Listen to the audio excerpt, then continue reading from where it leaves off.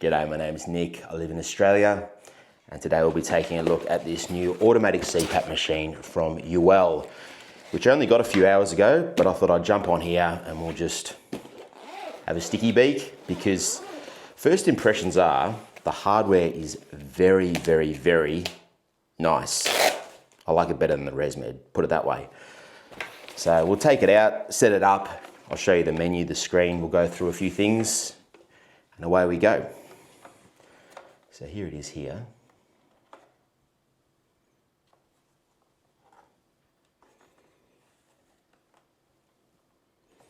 So that's the device.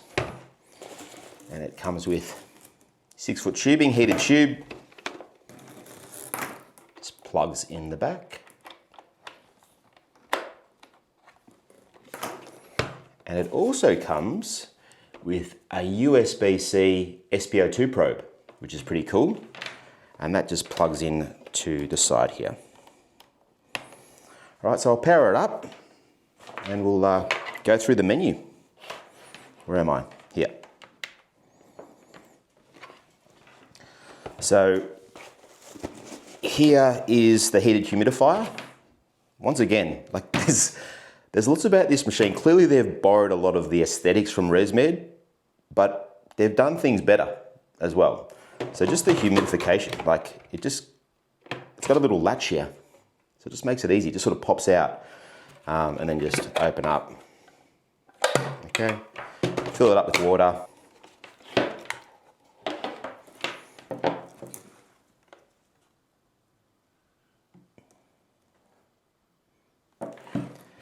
All right, let's go through the menu. Now, I absolutely love the design elements of this device, especially this great big ass screen here, which is bright, vibrant, and extremely responsive. It feels like you're using like an iPhone or something like that. Like, it's incredible. All right, like it's so fast. How cool is that?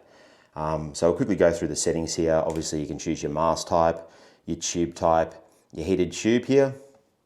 So it's currently on auto. We've got 5 levels of heated tube settings.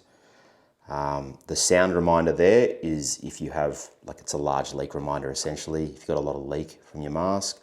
Automatic stop, automatic start. FPS is their exhalation pressure relief. 3 levels of that, or 4 levels, off, 1, 2, and 3. You can have the backlit set to auto, so this is the screen brightness, or you can choose the brightness. Can't do that on ResMed, which is very annoying. Date and time, pressure, language, data upload. So with this device here, it has a cellular modem, Wi-Fi, and Bluetooth, all right? Pretty cool. I've already set up the app, took me 2 seconds, just scanned the barcode. You got filter reminder, mask reminder, tube reminder, restore, defaults, and about. Now to access the clinical menu, just press and hold down these 2 icons. All right, then you got your mode, APAP or CPAP, your pressure max, your pressure min, your initial starting pressure, once again, pressure, exhalation pressure relief, heated tube level, ramp, and humidity. Okay, sleep report here is pretty cool. So you've got 7 days, 30 days, bunch of stuff here. Oxygen desaturation index. I love that you got the SpO2 probe there. Cool, huh? Then you got your humidity here. 6 levels of humidification or automatic. Your ramp there. And then you can also run a mask fit. What pressure's that? TED. I'll set this up to TED. Do a sound test now. 1 sec.